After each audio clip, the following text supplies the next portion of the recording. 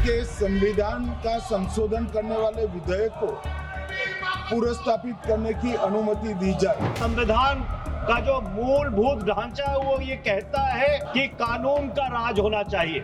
There should be rule of law, और उस rule of law, कानून के राज की बुनियाद है कि आप बेगुनाह हैं जब तक आपका गुनाह साबित नहीं किया जाता।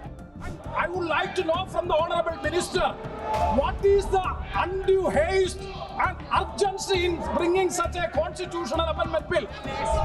This bill is to support the federal system of this country. This bill is to support the basic principle of the constitution of this country.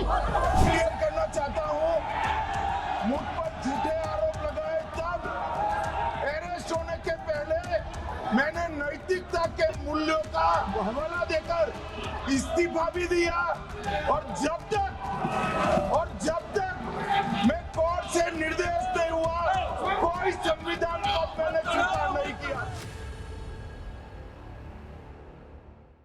हमारे आपके मन में अक्सर ये सवाल आता है कि कोई भी नेता मंत्री जेल में है तो उसे अपने पद पर नहीं रहना चाहिए। इसको लेकर कई विवाद भी हैं।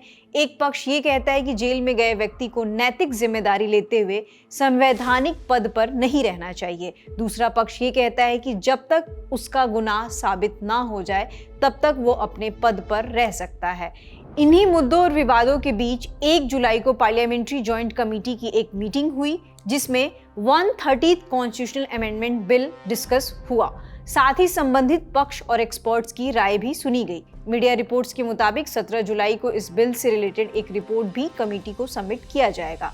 यहाँ पार्लियामेंट्री जॉइंट कमेटी का मतलब है एक एडहॉक कमेटी जो किसी खास मामले या विवाद की जांच या स्टडी के लिए बनाया जाता है। जांच पूरी होने और रिपोर्ट देने के बाद ये कमेटी खत्म हो जाती है। इसमें राज्यसभा और लोकसभा दोनों सदनों के मेंबर होते हैं।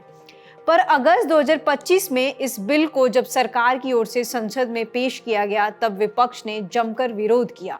आज की इस वीडियो में हम इस बिल के बारे में जानेंगे, साथ ही इसके सारे पक्षों को टटोलने की कोशिश करेंगे। पहले 130th कॉन्स्टिट्यूशनल अमेंडमेंट बिल के बारे में जानते हैं। पहला, संविधान के आर्टिकल 75 में बदलाव। आर्टिकल 75 केंद्र सरकार में प्रधानमंत्री और मंत्रियों के अपॉइंटमेंट, टेन्योर, रिस्पॉन्सिबिलिटी से रिलेटेड है। इस आर्टिकल में नया क्लॉज 5A जोड़ा जाएगा जिसके मुताबिक अगर कोई केंद्रीय मंत्री ऐसे अपराध में गिरफ्तार होता है जिसमें 5 साल उससे अधिक की सजा हो सकती है और वो लगातार 30 दिन तक जेल में रहता है तो 31वें दिन तक प्रधानमंत्री राष्ट्रपति को उसे हटाने की सलाह देंगे। अगर प्रधानमंत्री सलाह नहीं देते हैं तो 31वें दिन के बाद मंत्री अपने आप पद से हट जाएगा।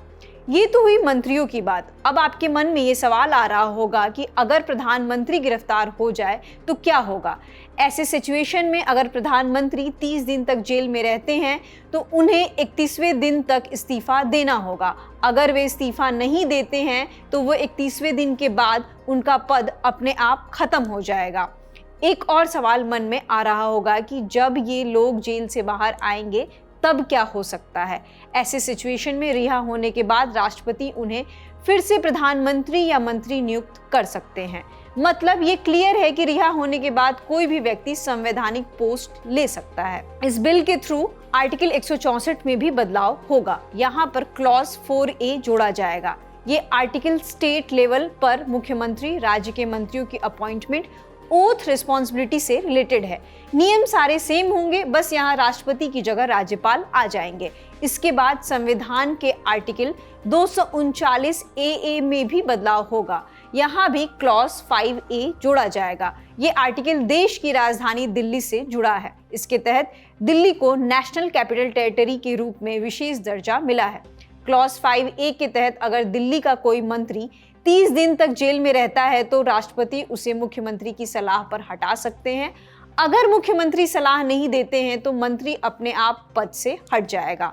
अगर दिल्ली के मुख्यमंत्री गिरफ्तार हो तो उन्हें 31वें दिन तक इस्तीफा देना होगा। इस्तीफा नहीं देने पर उनका पद समाप्त हो जाएगा। ये तो हो गए नए नियम जो कि अगर पारित हुए तो जेल जाने के बाद 30 दिन के भीतर मंत्री नेता को अपना पोस्ट छोड़ना होगा। इसमें कन्विक्शन यानी कि दोष सिद्ध होने का इंतजार नहीं किया जा रहा है। इसी से एक और सवाल आता है कि मौजूदा नियम क्या कहते हैं। Representation of the people act 1951 के तहत किसी सांसद या विधायक या मंत्री तभी अयोग्य मतलब डिस्क्वालीफाई किया जाएगा जब कोर्ट उसे दोषी ठहरा दे और कुछ मामलों में 2 साल या उससे अधिक की सजा सुनाए। प्रिवेंशन ऑफ करप्शन एक्ट 1988 के तहत अगर कोई लेजिस्लेटर दोषी पाया जाता है तो उसे चुनाव लड़ने से 6 साल के लिए अयोग्य घोषित किया जा सकता है। मतलब कानून में सिर्फ गिरफ्तारी से मंत्री नहीं हटता। अब इस बिल के पक्ष और विपक्ष दोनों तर्कों को जानते हैं। सरकार का तर्क है कि देश के प्रधानमंत्री, मुख्यमंत्री या मंत्री का जेल से सरकार चलाना लोकतंत्र की गरिमा के खिलाफ है। अगर प्रधानमंत्री, मुख्यमंत्री या मंत्री के आदेश पर सचिव, सेक्रेटरी और मुख्य सचिव यानी कि चीफ सेक्रेटरी जैसे अधिकारी जेल जा सकते हैं तो नेता खुद जेल में रहकर सरकार कैसे चला सकता है। इस मामले पर गृह मंत्री ने एक पॉडकास्ट के दौरान कहा था, 130वें संशोधन एक संवैधानिक संशोधन है। इसमें हमने एक प्रावधान किया है कि प्रधानमंत्री, मुख्यमंत्री, भारत सरकार के मंत्री या राज्य सरकार के मंत्री किसी भी गंभीर आरोप में अगर अरेस्ट होते हैं और 30 दिन तक उनको जमानत नहीं मिलती है तो मुख्यमंत्री प्रधानमंत्री के केस में उनको उनके स्थान से मुक्त कर देंगे। अगर वहां नहीं करते हैं तो अपने आप कानूनन वो मुक्त हो जाएंगे। अब सबसे पहले मैं स्पष्ट कर देता हूं, संसद के अंदर चुनी हुई सरकार कोई भी विधेयक लाए या संवैधानिक संशोधन लाए, इसको सदन के सामने रखने में क्या विरोध हो सकता है। जबकि मैंने स्पष्ट कर दिया कि इसको हम दोनों सदनों की संयुक्त समिति को सौंपेंगे। वहां आप अपने विचार व्यक्त कर सकते हैं और दूसरा, जब इस पर मतदान हो तब आप अपना मत व्यक्त कर सकते हैं, क्योंकि ये संवैधानिक संशोधन है। अमित शाह विपक्ष को टारगेट करते हुए कहते हैं, किसी भी सरकार के विधेयक को या संवैधानिक संशोधन को सदन में पेश ना होने देना और इस तरह का व्यवहार करना ये लोकतंत्र में उचित है क्या?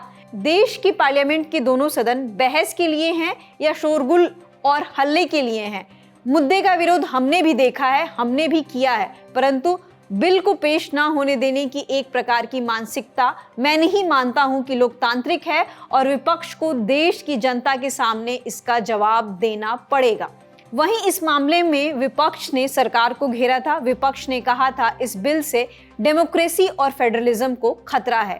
ईडी, सीबीआई जैसे एजेंसीज विपक्ष के नेताओं के खिलाफ एक टूल की तरह इस्तेमाल होगा। इस मामले में राज्यसभा सांसद मनोज झा ने क्या कहा था, सुनिए। नहीं, देखिए, अमित शाह जी मैं समझता हूं कि मूलतः अभी भी राजनेता नहीं बन पाए।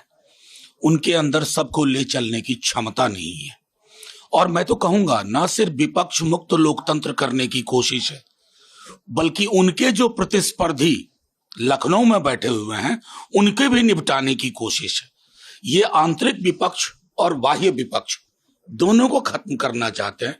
क्या अमित शाह जी ने ईडी के बारे में सर्वोच्च न्यायालय की हालिया टिप्पणी सुनी है या नहीं सुनी है, या सुन के अनसुना कर दिया है, जिसमें सर्वोच्च न्यायालय ने कहा ईडी से आप तो पॉलिटिकल पार्टी की तरह बिहेव कर रहे हो, किसके इशारे पे काम कर रहे हो?